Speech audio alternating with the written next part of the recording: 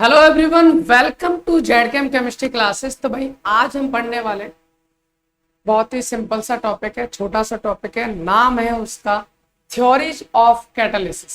Sir अब तक जो हमने कैटालिस्ट पढ़े हैं ना, कैटालिस्ट क्या होते हैं, उनकी प्रॉपर्टीज क्या होती हैं, कितने टाइप्स के होते हैं, सारी चीज पढ़ी। अब वो एक्चुअली वर्क कैसे करते हैं। भाई कैटालिसिस रिएक्शन है, जैसे हमने कहा भाई कि कैटालिस्ट को डाला, जिस रिएक्शन में डालते हैं उस रिएक्शन की या तो स्पीड को बढ़ा देगा या कम कर देगा। एक्चुअली वो किस तरह से वर्क करता है वो चीज कौन बताती है, उनकी थ्योरीज बताते हैं। तो सर उन्हीं थ्योरी के बारे में आज हम जानने वाले हैं। वैसे मैं आपको बता दूं, आपको तो पता है भाई, अब जरूरी नहीं, वैसे हम पढ़ रहे हैं भाई बीएससी फिफ्थ सेमेस्टर केमिस्ट्री के लिए। जरूरी नहीं आप फिफ्थ सेमेस्टर केमिस्ट्री को, आप किसी भी लेवल के लिए कैटालिसिस पढ़ रहे हो, कोई दिक्कत नहीं, आराम से प्यार से पढ़ सकते हो, है ना। और इसका हमारा ये लेक्चर नंबर 5 है भाई, अगर आपको पता नहीं है तो, क्योंकि इससे पहले हम 4 लेक्चर कर चुके हैं, ठीक है। और अगर हम कैटालिसिस की बात करें तो भाई इसमें हमने इंट्रोडक्शन पार्ट पढ़ लिया था। कैरेक्टरिस्टिक ऑफ कैटालिटिक रिएक्शन, यानी जो कैटालिस्ट की रिएक्शन है उनकी कौन कौन सी कैरेक्टरिस्टिक्स होती है, उनकी कौन कौन सी प्रॉपर्टीज होती है, वो जान ली थी। सर टाइप्स ऑफ कैटालिसिस के बारे में जान चुके हैं, कैटालिसिस प्रमोटर एंड पॉइजन के बारे में भी जान चुके हैं, एक्टिवेशन एनर्जी के बारे में भी जान चुके हैं। आज हम जानने वाले हैं थ्योरीज ऑफ कैटालिसिस। सर जो कैटालिसिस की थ्योरी है वो कौन कौन से, उसके बारे में बहुत ही सिंपल तरीके से पढ़ना, ज्यादा को सिलेबस पता नहीं है, ज्यादा बड़ी यूनिट थी नहीं, आपको सारे के सारे लेक्चर एक क्रम में मिल जाएंगे। प्लेलिस्ट का लिंक डिस्क्रिप्शन में, वहां से चले जाइए, नहीं तो सीधा प्लेलिस्ट पे जाओगे, चैनल पे जाओगे, प्लेलिस्ट में जाना, सारे के सारे आपके सिलेबस के अकॉर्डिंग मिल जाते हैं, ठीक है। ढूंढने में ज्यादा कोई प्रॉब्लम होगी नहीं, और जिसको भी हो रही है वो कमेंट कर दो भाई, मैं लिंक डाल दूंगा, और क्या कर सकते हैं, ठीक है। चलिए फिर टाइम वेस्ट बिल्कुल भी नहीं करते हैं और हम पहुंचते हैं अपने थ्योरीज ऑफ कैटालिसिस के पार्ट।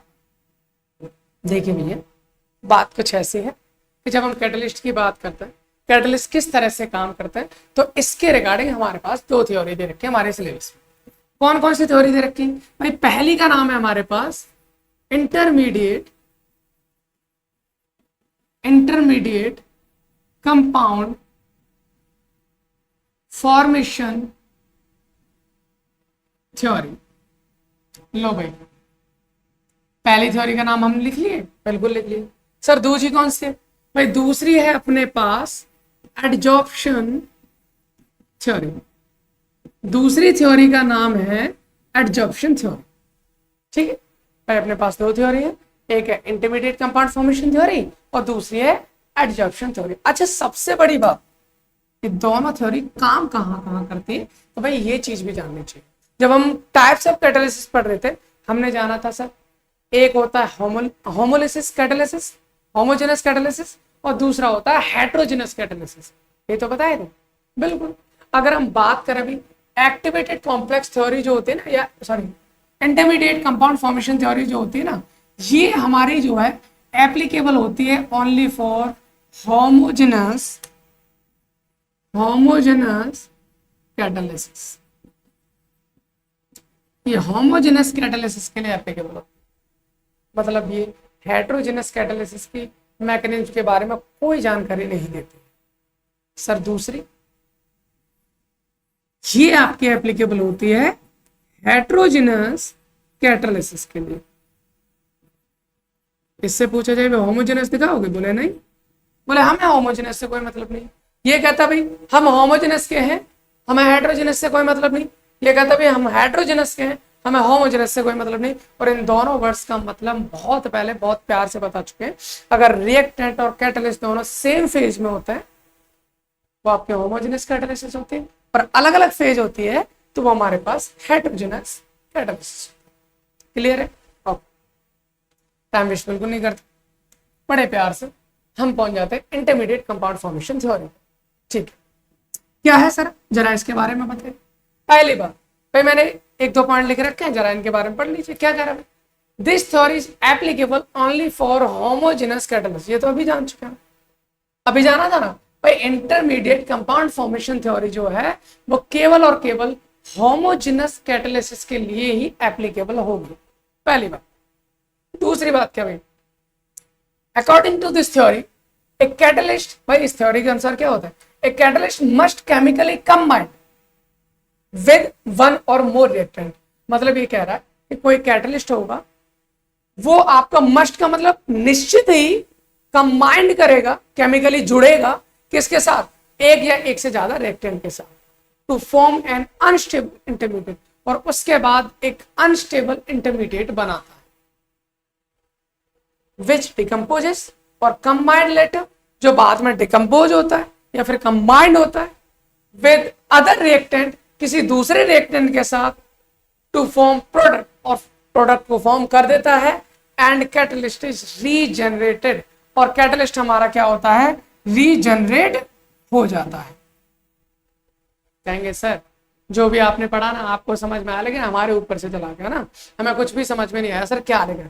कोई बात नहीं, एक काम करता है, एक बार हम हिंदी में थोड़ा सा बोल देते, उसके बाद फिर अगर फिर भी समझ में नहीं आता फिर हम एक बहुत अच्छे से एग्जाम्पल के साथ समझेंगे, ठीक है। देखिए हमने ये कहा है कि जब हम रिएक्शन कराते हैं कोई भी ना, जैसे मान लीजिए हमारे पास रिएक्शन कराएंगे कुछ इस तरह से, हमारे पास है मान लीजिए ए है और हम रिएक्शन करा रहे हैं बी के साथ, और रिएक्शन करने के बाद हमारे बनना है ए बी, और यहाँ पर हम यूज कर रहे हैं सी।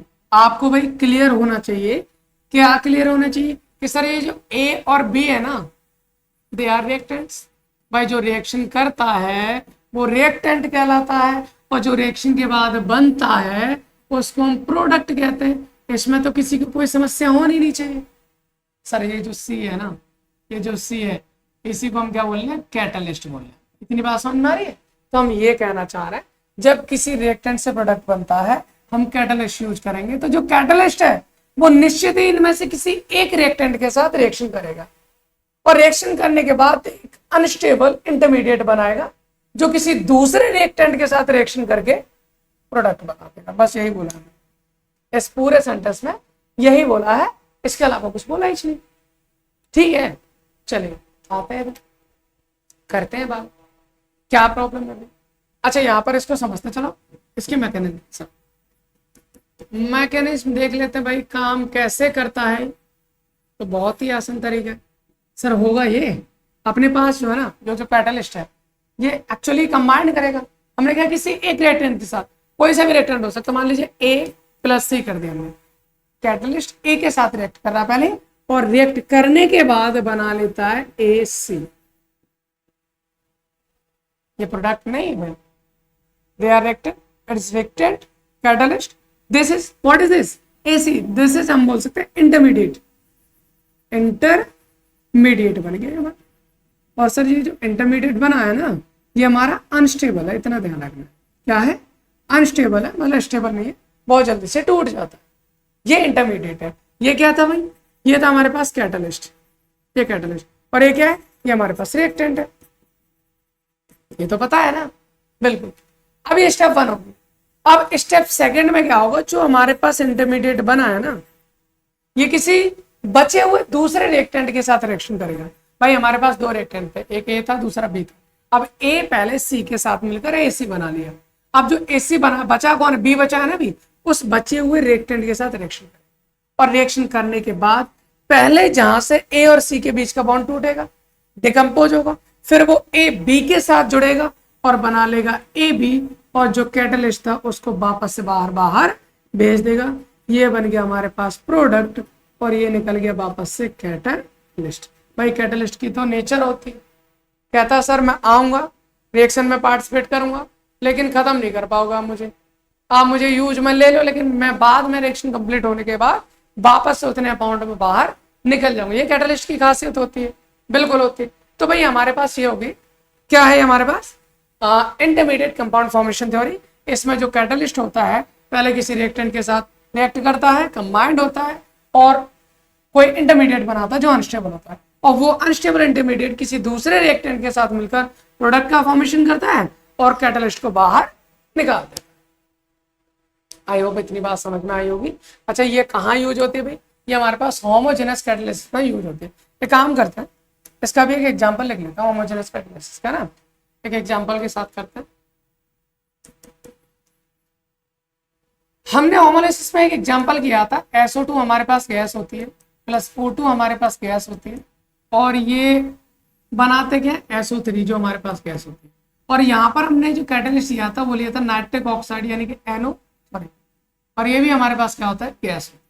अब कैटलिस्ट और रिएक्टेंट दोनों गैस फेज में, और दोनों गैस फेज में है, तो भाई जाहिर सी बात है होमोजेनियस कैटालिसिस है।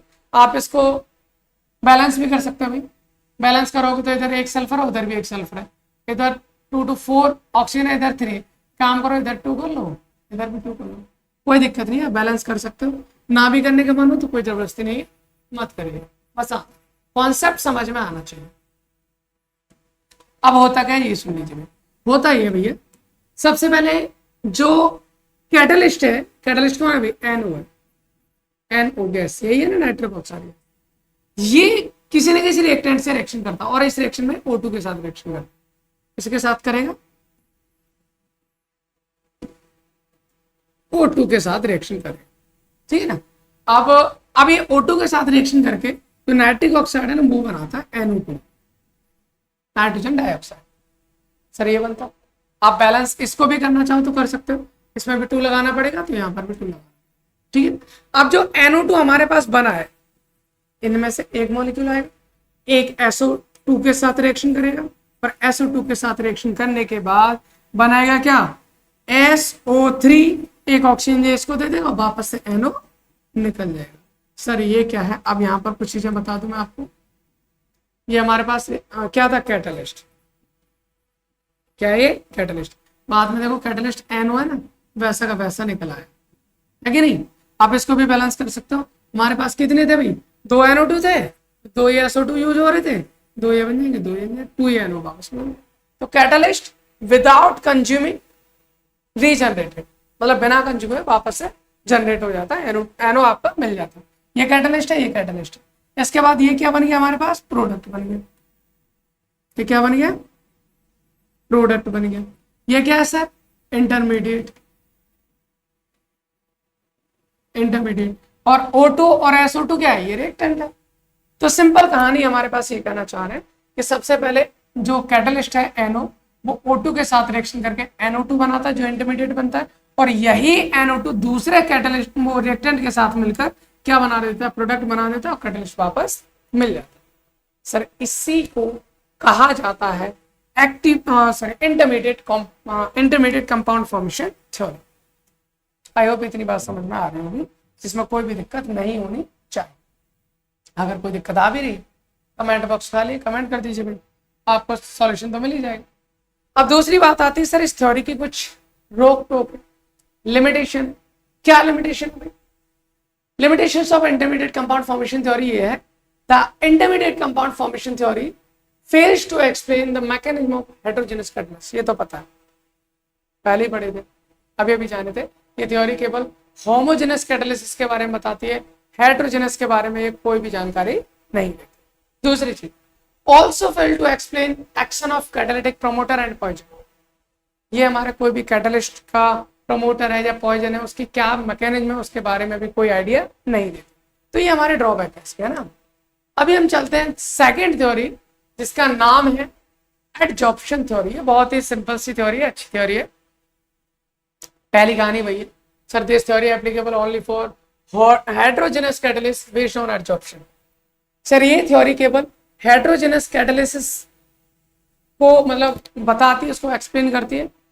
वेट्स ऑन हमने लिखा एडजॉर्प्शन, मतलब यहाँ पर एडजॉर्प्शन होता है। अब ये एडजॉर्प्शन क्या होता है, 2 वर्ड होते हैं, एक होता है एब्जॉर्प्शन, एक होता है एडजॉर्प्शन। अगर आपको पता है तो बहुत अच्छी बात है, नहीं पता तो भाई सुन लेना थोड़ा सा ना। एक टर्म होता है हमारे पास एब्जॉर्प्शन, एक टर्म होता है हमारे पास एडजॉर्प्शन। सर दोनों में ना फर्क होता है, ये आपको पता होना चाहिए। एब्जॉर्प्शन और एडजॉर्प्शन में क्या फर्क। मान लीजिए एब्जॉर्प्शन को मैं ऐसे समझता हूं कि मेरे पास में कोई भी वस्तु है, मेरे पास कोई भी वस्तु है, और मान लीजिए मेरे पास ये लिक्विड है। क्या है, वो लिक्विड है मेरे। अब जैसे मैं लिक्विड को इस वस्तु के ऊपर डालता हूं, तो ये जो लिक्विड है, ये लिक्विड को मैंने कहाँ डाला, ये किसी वस्तु के ऊपर डाला, ठीक है ना। अब जो लिक्विड है ना वो इस वस्तु के सरफेस पर भी होगा। अब ये जो लिक्विड है ना वो इस वस्तु के सरफेस पर भी होगा और इसके अंदर भी घुस जाएगा, समान रूप से अंदर पहुंच। मतलब हम जैसे बोल सकते हैं जैसे गद्दा होता है ना, गद्दा, उसको पानी में डालो, गद्दे के अंदर पानी क्या होता है, पानी चला जाता है, तो वो एब्जॉर्प्शन हो जाता है, उसे बोलते हैं एब्जॉर्प्शन। लेकिन अगर मान लीजिए मेरे पास ये कोई भी कंपाउंड है, आई मैन लिक्विड, मेरे पास ये केवल लिक्विड है और मैंने इस लिक्विड को उठाकर डाला यहाँ, अब वो लिक्विड अंदर ही जा पा रहा है, केवल सरफेस पर ही चिपक गया, अंदर नहीं जा पा रहा, तो सर इसे बोलते हैं एडजॉर्प्शन। सिंपल, इसे एडजॉर्प्शन। अगर कोई अंदर तक जा रहा बल्क में तो वो एब्जॉर्प्शन है, और अगर सरफेस पर ही रह रहा है तो वो एब्जॉर्प्शन। तो हम यहाँ पर किसकी बात करेंगे भाई, एडजॉर्प्शन की बात करते हैं। एडजॉर्प्शन थ्योरी है, मतलब यहाँ अंदर का कोई मतलब नहीं, सिर्फ सरफेस की बात चलेगी, सरफेस केमिस्ट्री की बात चलेगी। क्या कहती है theory, according to this theory reactants are adsorb on the catalytic surface. मतलब इस थ्योरी में ये होता है कि जो हमारे पास रिएक्टेंट होते हैं ना, वो किसी कैटालिस्ट की सरफेस पर जाकर एडजॉर्ब होता है, मतलब चिपक जाता है, ठीक है। उसके बाद to form an activated complex, और वहां पर एक एक्टिवेटेड कॉम्प्लेक्स बनाते हैं। सर उसमें क्या था, इंटरमीडिएट बनना था, यहां पर activated complex which decompose later and give product, जो बाद में डिकम्पोज होता है और डिकम्पोज होने के बाद प्रोडक्ट बनाता है। Also known as contact catalyst, क्योंकि कैटलिस्ट कि सरफेस के कांटेक्ट में कौन आता है, रिएक्टेंट आता है, इसलिए इस प्रोसेस को कांटेक्ट प्रोसेस भी कहा जाता है या कांटेक्ट कैटालिसिस भी कहा जाता है, ठीक है। अगला है आगे क्या है, in heterogeneous catalysis catalyst is in different phase. भाई हेटेरोलिसिस कैटालिस्ट में क्या होता है, कैटलिस्ट और रिएक्टेंट की फेज होती है वो अलग अलग होती है, और मोस्टली जो कैटलिस्ट होता है ना वो सॉलिड फेज में पाया जाता है, और जो रिएक्टेंट है वो लिक्विड या गैस किसी भी फेज में हो सकते हैं। अब सर इसकी मैकेनिज्म समझते हैं, इसकी मैकेनिज्म क्या, मैकेनिज्म ये है हमारे पास कि सबसे पहले हमारे पास क्या होगा, एडजॉर्प्शन ऑफ रिएक्टेंट मॉलिक्यूल। सबसे पहले जो रिएक्टेंट मॉलिक्यूल है वो कैटलिस्ट की सरफेस पर एडजॉर्ब करेंगे, ठीक है। उसके बाद फॉर्मेशन ऑफ एक्टिवेटेड कॉम्प्लेक्स, जब ये एडजॉर्ब कर जाएंगे तो यहां पर क्या होगा, एक एक्टिवेटेड कॉम्प्लेक्स बन जाना। फिर उसके बाद क्या है, डिकम्पोजिशन ऑफ एक्टिवेटेड कॉम्प्लेक्स, फिर ये एक्टिवेटेड कॉम्प्लेक्स डिकम्पोज होगा, और डिकम्पोज होने के बाद डिपोजिशन, हम बोलते डिजॉर्प्शन ऑफ प्रोडक्ट, वो प्रोडक्ट में कन्वर्ट होगा, और प्रोडक्ट में कन्वर्ट होने के बाद प्रोडक्ट बाहर निकल जाएगा। कहने का मतलब क्या है, कहने का मतलब ये है, ऐसे समझते हैं। एक काम करते हैं, हम बनाते हैं छोटा सा, चलिए दिस इज कैटलिस्ट। क्या है ये, कैटलिस्ट समझते, ये हमारे पास एक कैटलिस्ट है, ओके। रिएक्शन वही लेते हैं जो पहले ली थी अभी हमने। क्या रिएक्शन थी हमारे पास, ए प्लस बी, रिएक्शन करने के बाद बना रहे ए बी, है ना, और इसमें हमने डाल रखा है कैटलिस्ट को, ठीक है। सर ये कैटलिस्ट अपनी सरफेस पर डाल, अब इसके कांटेक्ट में सबसे पहले कौन आएंगे, रिएक्टेंट। सर ए और बी दोनों आ गए, ठीक है, आ गए। अब आने के बाद होगा क्या, आने के बाद ये होगा, सबसे पहले ए कांटेक्ट में आएगा कैटलिस्ट के, बी भी कांटेक्ट में आएगा कैटलिस्ट, ठीक है, ओके। फिर क्या होगा भाई, फिर ये होगा कि दोनों एक दूसरे के भी कांटेक्ट में आ जाएंगे। फिर ये होगा कि जो कैटलिस्ट है इनके बीच का जो बॉन्ड है वो थोड़ा सा कमजोर होता जाएगा, और इन दोनों के बीच का बॉन्ड बनता जाएगा।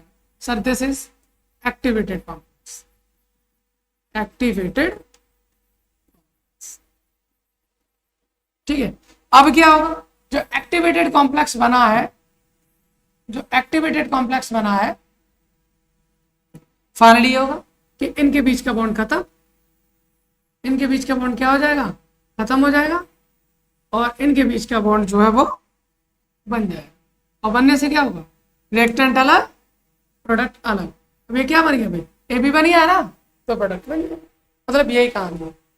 पहले क्या हुआ भाई, कैटलिस्ट था, रिएक्टेंट आए, उसकी सरफेस पर एडजॉर्ब हो गया, एडजॉर्ब होने के बाद एक्टिवेटेड कॉम्प्लेक्स बनाया। अब एक्टिवेटेड कॉम्प्लेक्स जो होगा वो डिकम्पोज होगा, और डिकम्पोज होने के बाद प्रोडक्ट को अलग कर देगा और रिएक्टेंट को खत्म। बस यही कहना चाह रहा हूँ, और कोई मतलब है ही नहीं। आई होप समझ में आया होगा। चलो एक काम करते हैं, थोड़ा सा आपको समझ में नहीं आया तो समझाने के लिए एक रिएक्शन करता है, एक एग्जांपल करता है इसका। मुझे लगता है आपको थोड़ी सी आवश्यकता और है। आप एक रिएक्शन देख लो नॉर्मली, हम रिएक्शन कराते हैं sir CH2 double bond CH2 और H2 के साथ रिएक्शन कराते हैं और रिएक्टेंट उसमें Ni PD PT कुछ भी ले लेते हैं और ये हमारे पास बॉन्ड टूटता है और हम बना लेते हैं CH3 सिंगल बॉन्ड CH3। इस रिएक्शन को समझते हैं, सिंपल सी रिएक्शन है। इसकी मैकेनिज्म कैसे होगी देखिए, इसकी मैकेनिज्म कैसे होगी, बहुत आसान है, बहुत ही आसान है, कोई प्रॉब्लम नहीं। हमने निकल है ना, हाँ बिल्कुल निकल का मेटल लिए, बहुत सारे होंगे, बहुत सारे निकल इस तरह से हमारे पास होंगे और उनके बीच में जाहिर सी बात है भाई बॉन्ड तो होंगे होंगे, जाहिर सी बात है उसके बीच में क्या होगा, बॉन्ड तो होंगे होंगे। मैं थोड़े से बॉन्ड बना देता हूँ,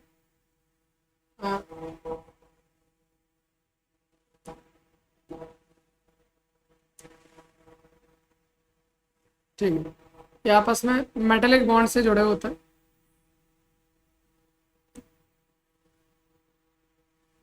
ये जुड़े हैं बिल्कुल, ये भी आपस में इस तरह से जुड़े हैं, ये आपस में मेटेलिक बॉन्ड से। अच्छा, इनकी सरफेस इस तरह भी खाली होगी, इससे कोई भी आके जुड़ जाए,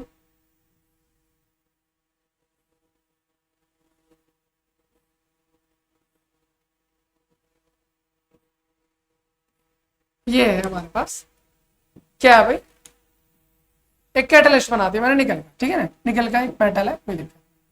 अब ये निकल का जो मेटल है वो काम कैसे करेगा, जरा इसको देखना ध्यान से, ये ले लिया, ठीक है। सबसे पहले होगा क्या भाई, इससे रिएक्ट कर, निकल क्या करता है, पहले एक रिएक्टेंट से रिएक्टेंट करेगा, H2 ले लिया इसे, H2 मतलब हमने यहाँ पर लिखा H सिंगल बॉन्ड H, ठीक है, okay, H single bond H और ये अभी कांटेक्ट में आने वाला है किसके, मतलब चलो मैं डायरेक्ट कांटेक्ट में ले आता हूँ, ये एक कांटेक्ट में आ गया और इसके ऊपर एडजॉर्ब हो गया निकल के, ठीक है ना। बाकी दूसरा कौन है अपने पास, CH2 डबल बॉन्ड CH2, यही है ना बिल्कुल। अब इसमें होगा क्या, होगा ये, होगा ये कि ये जो एल्किन है ना इसका डबल बॉन्ड टूटेगा, जब ये एडजॉर्ब हुआ डबल बॉन्ड टूटा तो उसके बाद ये अपना बॉन्ड बनाएगा, ये अपना बॉन्ड इसके साथ और अपना बॉन्ड ये इसके साथ, तो इसमें बॉन्ड ये भी है ये भी है, इसको हम बोलते हैं एक्टिवेटेड कॉम्प्लेक्स, एक्टिवेटेड कॉम्प्लेक्स। और जैसे एक्टिवेटेड कॉम्प्लेक्स बनता है इसके बाद क्या होगा भाई, इसके बाद ये होगी कहानी, देखिए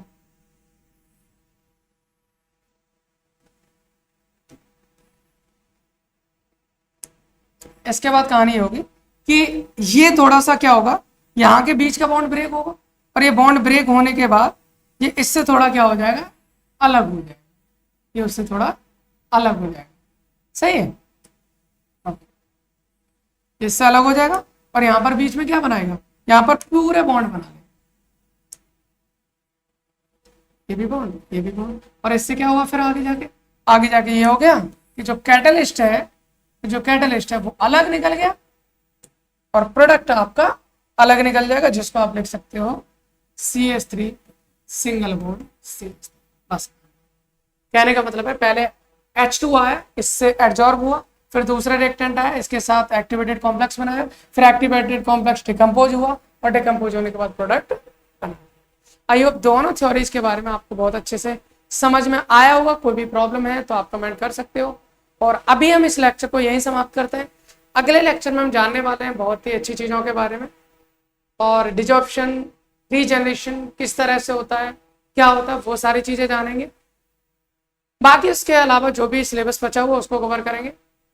फिलहाल इस लेक्चर को हम यहीं रोकते हैं। बस आपसे एक ही उम्मीद रखना चाहेंगे कि लेक्चर को जितना हो सके उतना शेयर करो। मिलते हैं आपको अगले लेक्चर में एक नई एनर्जी के साथ। Thanks for watching.